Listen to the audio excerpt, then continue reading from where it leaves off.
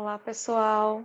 Vamos dar continuidade à nossa aula sobre estoques, né? Hoje com modelos de controle de estoques. O modelo de controle de estoque vai definir o conjunto de regras para estabelecer o momento no qual a ordem de um item qualquer vai ser autorizada a sua reposição, para compra, para montagem, fabricação, né? o que for inerente àquele produto. Após a autorização, as ordens serão sequenciadas, emitidas e liberadas. Geralmente, né, esses conjuntos de regra, eles já são alocados num pacote computacional chamado RP, que ele vai gerenciar essas informações para emitir no momento certo, né? Você vai ter o controle, né, do gerenciamento dessas informações para poder tomar a melhor decisão.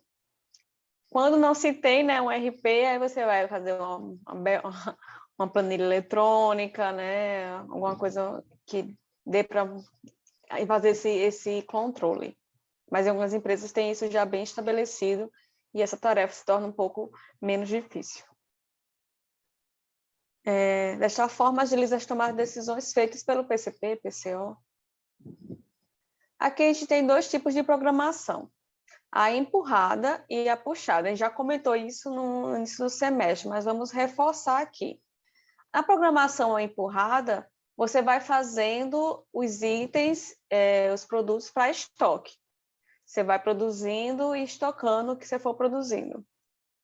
Já a programação puxada, o que vai ativar a produção é a demanda.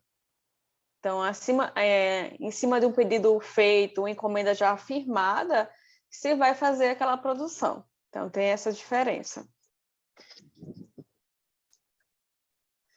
Na programação empurrada, que você faz para estoque sem ter necessariamente uma demanda confirmada, vocês têm dois tipos de programação de modelos de controle de estoque.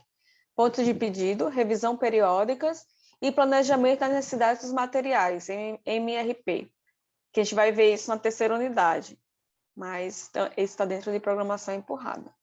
Já na programação puxada, é um sistema Kanban, é um sistema de aviso, no qual, tradicionalmente, era feito por cartões, no qual você vai dizer o que deve ser produzido naquele momento, né, de acordo com a demanda. Então, esse mês tem tantos pedidos de tal produto. Então, vai ter um sinalizar que a prioridade é daquele produto ser fabricado, produzido. No mês seguinte, pode ser outro produto. Então, o Kanban, né, esses cartões, né, vai sinalizar. Mas não necessariamente são cartões, pode ser uma ordem, né, eletrônica, pode ser um painel, pode ser um quadro. Então, depende muito da empresa.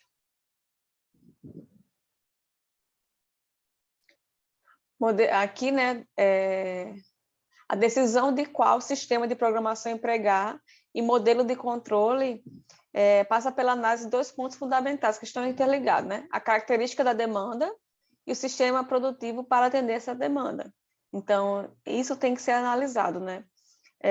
Às vezes você não tem aquele pedido fechado, né, daquele item, mas você tem uma previsão de demanda que dá um norte do quanto deve ser produzido. Já tem outros tipos de produto que você só faz sentido produzir quando há essa demanda. Então, depende também do sistema produtivo da empresa. Tem empresas que não trabalham quer trabalhar com o mínimo de estoque, né? Então, vai preferir ter esses pedidos já confirmados para iniciar a sua produção, para não ter, vamos dizer assim, estocagem de itens no final do seu processo produtivo ou entre processos. Aqui tem a maioria das empresas possui sistemas de produção mistos, né, para atender demandas previsíveis, algumas altas, outras baixas, e demandas especiais, que seriam, em casos especiais, vai ter aquela demanda, que não seria sempre. Então, como montar uma dinâmica de programação da produção que inclua 2 tipos de sistema com diferentes modelos de controles para gerenciá-lo. Então, você tem, em alguns casos, a mesma organização, produtos que são altamente previsíveis, que você consegue controlar essa produção de maneira estável, e tem outros que não. Então, às vezes, você dentro da mesma organização, você tem que tomar decisões antagônicas para atender itens diferentes. Um método, né, para analisar essas diferenças de itens seria a classificação ABC, que ela se baseia na curva de Pareto, que seria, né, poucos itens são responsáveis pela maioria dos eventos analisados, né? O Pareto vem da ideia também da causa de problemas, investigação de problemas, causa e efeito, que avaliava, né, que 20% dos problemas ocasionavam 80% dos defeitos de uma produção. Então, você atacando, né, consertando, né, esses 20%, você conseguiria sanar 80% mais ou menos dos defeitos existentes naquela fábrica. Então, seria dessa ideia, né? Então, a gente traz essa analogia para dentro dos produtos produzidos, e você vai ver que poucos produtos correspondem à maioria dos itens em estoque. Aqui tem um exemplo, que aqui são peças cerâmicas. Aqui tem as peças, aqui no caso, mais de 2.000 peças, exatamente 2.067. Aqui a quantidade, né, de unidades de cada uma delas. Aqui a porcentagem relativa de cada uma delas. Aí você tem aqui a porcentagem relativa, a porcentagem, né, acumulada. Então, o primeiro passo, né, que você vai pegar aqueles itens, você vai ter a demanda de cada um, dos N itens que tem a sua organização. Você vai classificar do maior para o menor, fazer essa porcentagem relativa, que seria esse valor aqui, né, da demanda sobre a demanda total, né? Ou aqui nesse primeiro caso seria 517.380 dividido por 9.221.967. Então, aqui é a porcentagem relativa, 5,61. Aí você vai fazer para todos os itens e vai acumular, né? Esse primeiro seria ele mesmo, aqui o segundo seria o anterior, mas seria esses dois aqui, né? 4,87 mais 5,1, aí depois esse da 14, né? Seria 10,48 mais 3,8, 3,80, e assim por diante. E você vai fazendo acumulada. No final, vai ter que somar 100, né? Porque o 100 é o total. Então, aqui, olhando para essa porcentagem acumulada, a gente percebe que 20 itens, né? 20 itens, que seriam menos de 1% dos itens, corresponde a 35% da demanda acumulada. Só lembrando, né? O Pareto ele dá uma porcentagem mais ou menos 80-20, tem até essa relação, 80-20, mas não necessariamente são 80% e 20%. Pode ser que você chegue a uma determinada organização que tenha 5% dos itens corresponde a 50% da demanda, né? E os outros vão ficando uma porcentagem muito pequena. Então, depende do caso, né? Mas aqui esse exemplo é só para mostrar que vocês vão ter poucos itens que há pouca quantidade e muita demanda, né? Não seria uma classe A. O B seria média quantidade e média demanda, e o C, muita quantidade e pouca demanda. Então, esse classificação A são os itens mais importantes daquela organização, né? São aqueles que vocês devem ter o cuidado especial na hora de trabalhar com esses produtos, não deixar faltar. Talvez, nesse caso, trabalhar com estoque de segurança para não deixar que o cliente perceba a falta. Já os itens do tipo C, às vezes você pode até se dar o luxo de deixar faltar e esperar a demanda para poder buscar a reposição. Mas aí, como reforço sempre, né? Cada caso tem que ser avaliado de acordo com o case que vocês estão estudando. Então, seria isso aqui, né? Classificação A, B e C, né? Os itens A, de alta importância, corresponde a poucos itens e alta demanda. Os itens B médio, né? E o item C seria muita quantidade e pouca demanda. Isso aqui também vocês podem fazer, e também seria interessante, além de avaliar a demanda dos itens, avaliar também o custo unitário, aliás, a receita, no caso de cada item, né? Ou a margem de lucro, alguma coisa assim. Você poderia ter aqui a receita, né, em reais, ou em dólares, dependendo do caso. Botei o corte em... e você faria a multiplicação da demanda, né, daquele item vezes sua receita unitária, né, o lucro unitário. Aí você teria o valor e você, no lugar, né, aí você teria ia classificar não da demanda, e sim dessa receita de cada item. Também poderia ser dessa forma também. Só fechar aqui. Aí vocês façam os exemplos da lista para consolidar esse ponto, né, que é bem importante dentro da área de gerenciamento de estoques, e também pode usar esse conceito para fazer o trabalho prático. Quando se tem uma grande variedade de itens, alguns itens serão mais importantes do que outros. A lógica dentro da programação da produção consiste em não se gastar muitos controles complexos para gerenciar itens que darão pouco retorno. Então, essa é a ideia, né? Você vai perceber que tem itens mais importantes do que outros, serviços mais importantes do que outros. Então, você vai... Esses que demandam mais, que geram mais receita, vocês vão ter um cuidado maior. Então, você não... com os itens do tipo C, você talvez não vai ter tanto esforço para esse controle de estoques, porque são itens que não são poucos demandados, eles não impactam tanto a receita da organização. Aí aqui é a forma de gerenciamento, né, de cada um desses tipos de classes.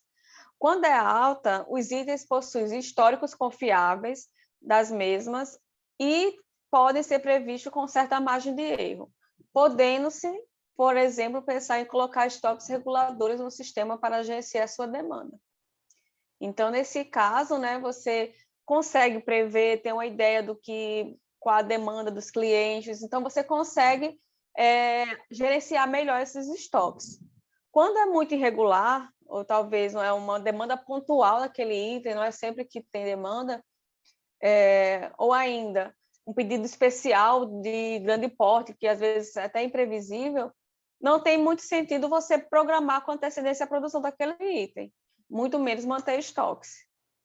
Então, essa é a ideia. A questão do ponto do pedido, né? Consiste em estabelecer uma quantidade de itens em estoque chamada de ponto de pedido ou de reposição, que, quando atingida, dá partida ao processo de reposição do item em uma quantidade pré-estabelecida. Então, você vai ter um ponto, né, do nível de estoque, de quantidade daquele item, que quando chegar naquele ponto, você vai dar o start na solicitação da nova remessa. Esse modelo, né, não necessariamente está vinculado ao lote econômico, né, que nós aprendemos na aula passada, lote econômico de pedido, né, de compra ou de solicitação de fabricação. Porém, né, se vão repor os estoques, seria interessante talvez usar a quantidade do lote econômico, ou aquela faixa econômica que nós vimos. Aqui seria o cálculo do ponto de pedido. Deixa só um segundo, vou apagar aqui. O ponto de pedido seria a demanda vezes o tempo de ressuprimento mais o estoque de segurança. Tá aqui a legenda. Então, aqui eu vou ter um estoque mínimo, né? Aí, que seria esse estoque mínimo, né? Seria o estoque de segurança, né? o estoque de segurança. E o estoque máximo seria esse estoque de segurança mais a quantidade solicitada, né? Que seria o lote de reposição. Então, aqui, né, quando chegar um ponto de pedido que eu sei que eu consigo, com o meu estoque remanescente, atender a demanda que está vindo e esperar uma nova remessa, então aí seria esse ponto ideal, né? Que eu sei que eu vou conseguir atender a demanda que está por vir ainda nesse período e esperar chegar a remessa do novo lote que eu pedi para ser comprado ou fabricado.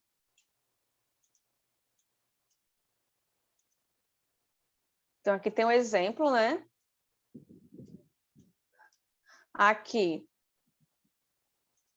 por exemplo, aqui tem a fabricação de malhas, né? Aqui tem os corantes, né? Que vão ser usados nessa produção de malhas. Aí eu sei que eu tenho essa demanda, o lead time, que o tempo que demora para atender essa reposição seria uma semana, né? Aqui seria o tempo de atendimento de ressuprimento, né? Seria o tempo de ressuprimento que nós, desse slide aqui, né? O tempo de ressuprimento seria esse T. Aqui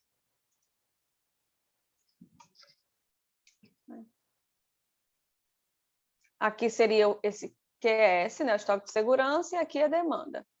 O ponto de pedido do primeiro, né? Aqui seria demanda vezes o tempo de ressuprimento mais o estoque de segurança. Então, aqui seria 32. Aqui seria 22,2 vezes 1 mais 5, 27,2. E aqui seria 21 vezes 1 mais 5, então 26. Então, quando chegar, né, nesse nível de quantidade de cada um desses corantes, é o momento de eu startar o pedido, o ponto de pedido, né, que eu vou solicitar esse ressuprimento.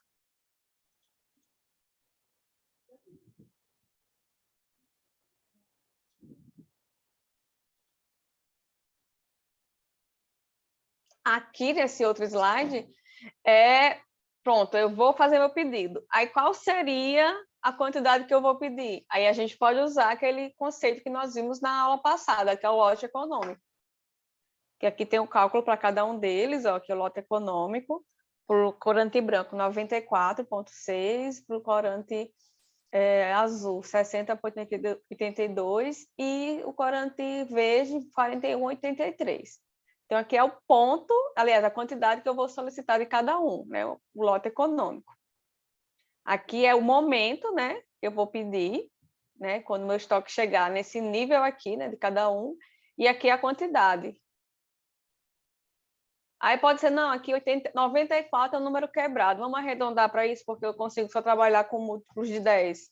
Poderia ser uma... Meu fornecedor só me fornece múltiplos de 10, pacotes de 10 quilos. Então, vou fechar aqui. Então, aqui poderia ser 100, 60 e 40. Então, aqui está um exemplo de um programa RP, né? Até o Tubino traz como exemplo um exemplo didático, né? Um software que foi criado por estudantes. Aqui você está inserindo. Aqui é o ponto de pedido, né? Ó, o estoque de segurança, ó, o ponto de pedido dos corantes. Aí aqui o lote de compra. Aqui no as brancas eu vou comprar 100, no azul vou comprar 60 e no verde 40, né? Considerando que o fornecedor só venda lotes de 10 em 10 quilos. Ou eu consigo só fabricar, né, lotes de 10 em 10 quilos.